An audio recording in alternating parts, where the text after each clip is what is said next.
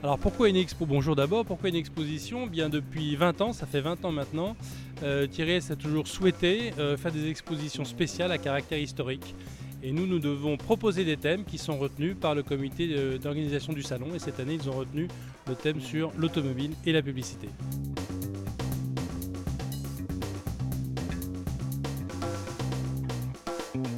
Alors l'automobile, la publicité, c'est apparemment une grande histoire d'amour, puisqu'on retrouve des vieilles voitures et on retrouve des vieilles publicités, et globalement des choses qui ont été dans notre vie de tous les jours. Comment avez-vous fait le tri entre tout ce qui a été l'automobile et la publicité?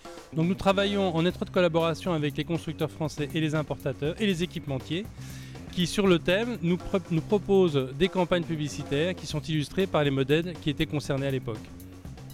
Alors sur l'aspect télévision et publicité audiovisuelle, on a vu un partenariat avec l'INA. Alors pourquoi l'INA et pourquoi pas reprendre des films à droite à gauche?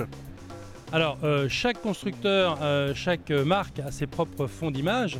C'est vrai que cette année, il y a une dimension supplémentaire dans l'exposition, c'est l'image animée, donc le film télévisuel. Et l'INA a des trésors à ce sujet, notamment ils ont les archives Pathé, les archives Gaumont. Je vous rappelle qu'à l'époque, il n'y avait pas de journal télévisé, on allait au cinéma et en avant-première, il y avait les actualités.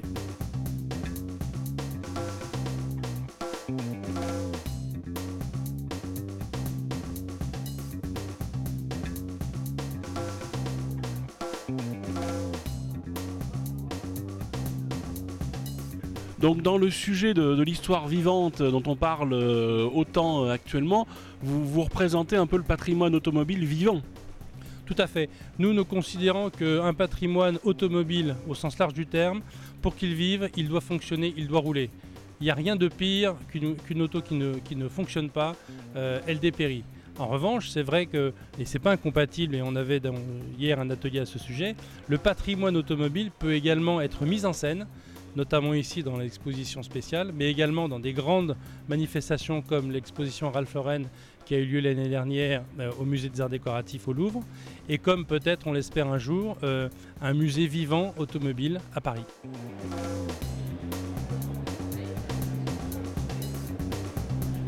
On attend combien de personnes dans cette exposition? Est-ce que les gens viennent au Hall 8 ou ils vont tout simplement ne voir que les voitures modernes? Non, nous avons une très bonne fréquentation puisque pratiquement un visiteur sur deux, c'est 48% exactement, du mondial de l'automobile passe voir l'exposition du pavillon 8. Ça fait plus de 600 000 visiteurs. C'est donc le plus grand musée automobile au monde.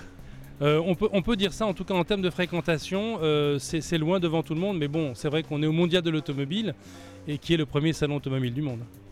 Merci beaucoup Laurent Herriou.